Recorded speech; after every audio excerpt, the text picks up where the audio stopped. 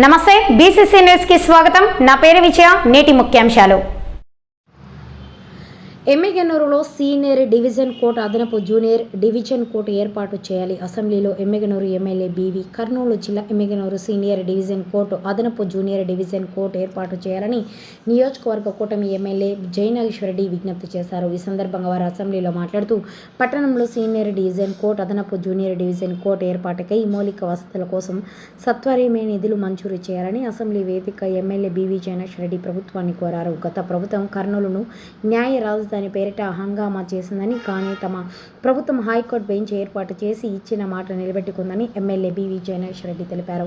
అయితే ఎమ్మెల్యే వినతిపై స్పందించిన న్యాయశాఖ మంత్రి ఫారూక్ కోర్టు ఏర్పాటు కోసం నిధులు మంజూరుకు చర్యలు తీసుకుంటున్నామని హామీ ఇచ్చారు. ప్రభుత్వం సిఫార్సు రావడం జరిగింది అధ్యక్ష. నేను అధ్యక్ష ఈ ప్రతిపాదిత కోర్టుల అధికార పరిధిలో కూడా నేను చెప్పినటువంటి జ్యూరిస్డిక్షన్ ప్రాబ్లం ఉన్నటువంటి గోనెగండ్ల మండలాన్ని కూడా చేర్చాలని సిఫార్సులో చేయడం జరిగింది అధ్యక్ష.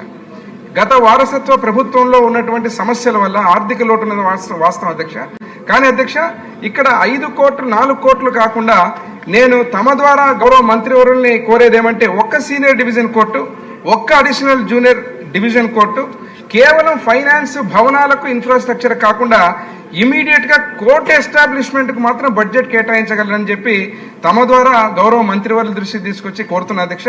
అదేవిధంగా ఈరోజు కర్నూలు అధ్యక్ష గత ప్రభుత్వంలో ఏదైతే ఆనాటి ముఖ్యమంత్రి జగన్మోహన్ రెడ్డి గారు కోర్టు ఏదైతే ఇస్తాను ఏదైతే న్యాయ రాజధాని అని చెప్పి మా రాయలసీమ కర్నూలు వాసులను మోసగించి మళ్ళీ ఈరోజు ముఖ్యమంత్రిగా నారా చంద్రబాబు నాయుడు గారు ఎవరైతే ముఖ్యమంత్రి అయిన తర్వాత ఇచ్చిన హామీ ప్రకారంగా హైకోర్టు బెంచ్ ని మా కర్నూలుకు పార్లమెంటుకు కేటాయించినందుకు వారికి తమ ద్వారా ఈ సభ ద్వారా గౌరవ మంత్రివర్యులకు అదే రకంగా ముఖ్యమంత్రి నారా చంద్రబాబు నాయుడు గారికి ధన్యవాదాలు తెలియజేస్తూ ఇక్కడే ఫైనాన్స్ శాఖ మంత్రులు కూడా ఉన్నారు.